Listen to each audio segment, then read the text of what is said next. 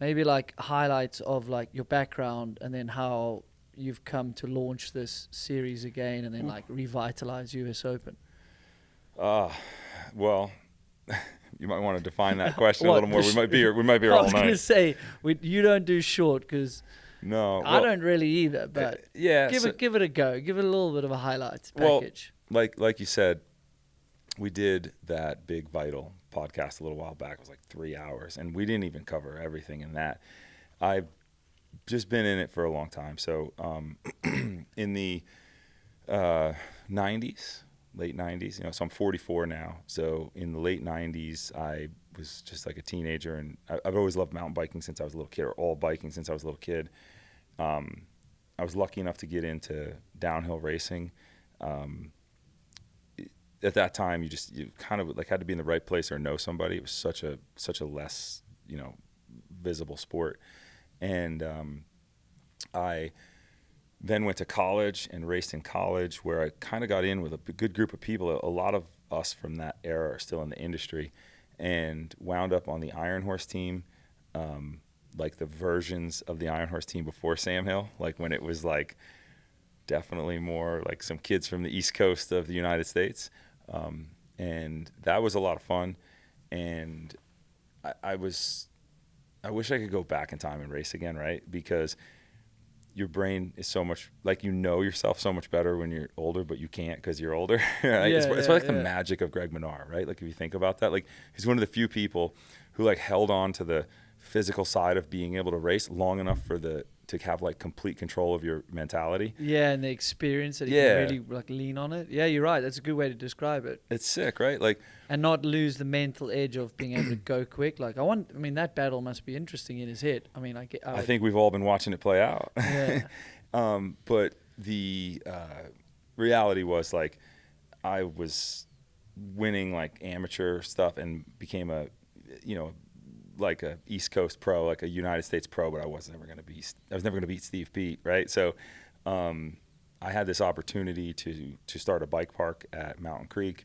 I had worked with them a little bit. It's a much longer story, obviously, but I in 2003 I wound up kind of just giving up from racing, retiring from racing. I was a little salty about it too, because my thought was kind of like, why am I risking my life for $200?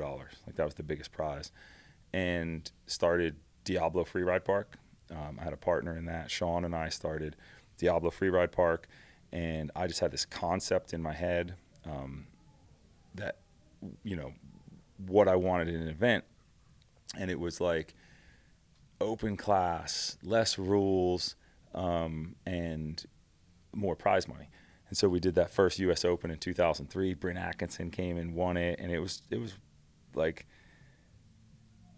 you just can't appreciate anything when it's happening, right? Yeah. Like I'd give anything to go back to that. Like to be able to be like, first of all, the things I would do different to be more ahead in life now, but just to experience it again. But you just don't know it, Like I was 23, but damn, it was like really lucky that I happened to do that and put my heart into it then. Because then I walked away from it for a long time. I wound up getting I put so much into it. What's happened, I think that a lot of people experience this, again, like to talk about like the wisdom and like calmness that comes with age. Like I have like gone deep into things and completely burned out and left them multiple times in my life. And that was one of them. I was so dedicated to it. But by 2006, I was completely out of it. Like I just couldn't do it anymore. I wasn't making any money in it. And I wound up leaving. I went into retail in the bike industry. I took a huge loss in 2008 when the economy crashed, and I had a chain of bike stores that I was trying to do. And I wound up in doing like some banking stuff. Like I actually went and worked for Morgan Stanley, which was the whole...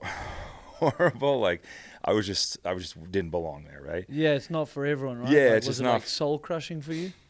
Yeah, it's funny. I was just there because I felt like I'd wasted so much of my life chasing a sport, both on the athlete side and on the business side, and just felt like I failed in both. So like, what do? The pendulum swings. You go to the opposite, and so I wound up spending like 2 years, 3 years doing that. And then I was lucky enough, my father is in the insurance business, and so I wound up going to work for him for a few years, and that was enjoyable. Like I love my dad, we get along great, so it was fun. But he knew like what was calling me, and I had this opportunity in 2014, I think it was, to go back into like the resort business and be a risk manager. Like everything, it's like things happen for a reason. Everything that I learned during that period, about from business management to insurance and finance and all that, I was able to move into risk management at a resort and went back to Mountain Creek and did that. And then I got there and immediately started helping with their bike events. And it was kind of like, I think the writing was on the wall. The second like literally the first minute I was back in a bike event, I was like, it was on. And it took me a few years. As you know, I think you won, were you 2010? 10 was it? That or 9? 9. Maybe you were 9. Maybe 10. Maybe 10 actually. This is bad. I should know this. But well, I guess I should too. You should know it even more than me. But I don't know. I mean, I teased Luca about it, and I was like, shit, that was like, why did I even need to do that? Like, I do care, but I don't care because it's just a past what I used to do, right? It's cool. Well, it doesn't even matter. It doesn't matter. It does. Well, like we're still gonna sit. Well, I guess maybe it matters because of that. I'm sitting here. Actually, I guess. Yeah, but it matters. But it doesn't matter what year it was. Yeah, that's what I would say. So, but like in that period, the U.S. Open was huge. My former partner Sean had made the U.S. Open huge, but the ownership of the mountain had changed, and Diablo Freeride Park, which was that privately owned bike park that we had started at Mountain Creek, came to an end due to like just change in ownership of the property. And the U.S. Open wound up kind of going into hiatus. And so I get back at Mountain Creek. The U.S. Open's no longer there. They own the bike park themselves. We're running Pro GRT events, which is like, ugh. And then I just immediately went to work to get that U.S. Open back. And in 2017, 2016, I got it back from. In 2017, we relaunched it at Mountain Creek. And that was pretty magical. That was like top 10 life moments. I was going to say, yeah, what did that feel like? Like full circle and get it back and relaunch. Yeah, and it's funny, like nothing's what it looks like from the outside. I mean, so stressful. I basically jumped out of an airplane without a parachute, which is like a move I like to make. And, there was no guarantee anything was going to work. And like I quit my job, I invested everything back into this event again. Like I just always believe in it. For some reason, like me in the US Open, like, I don't know. I just can't get over it. And so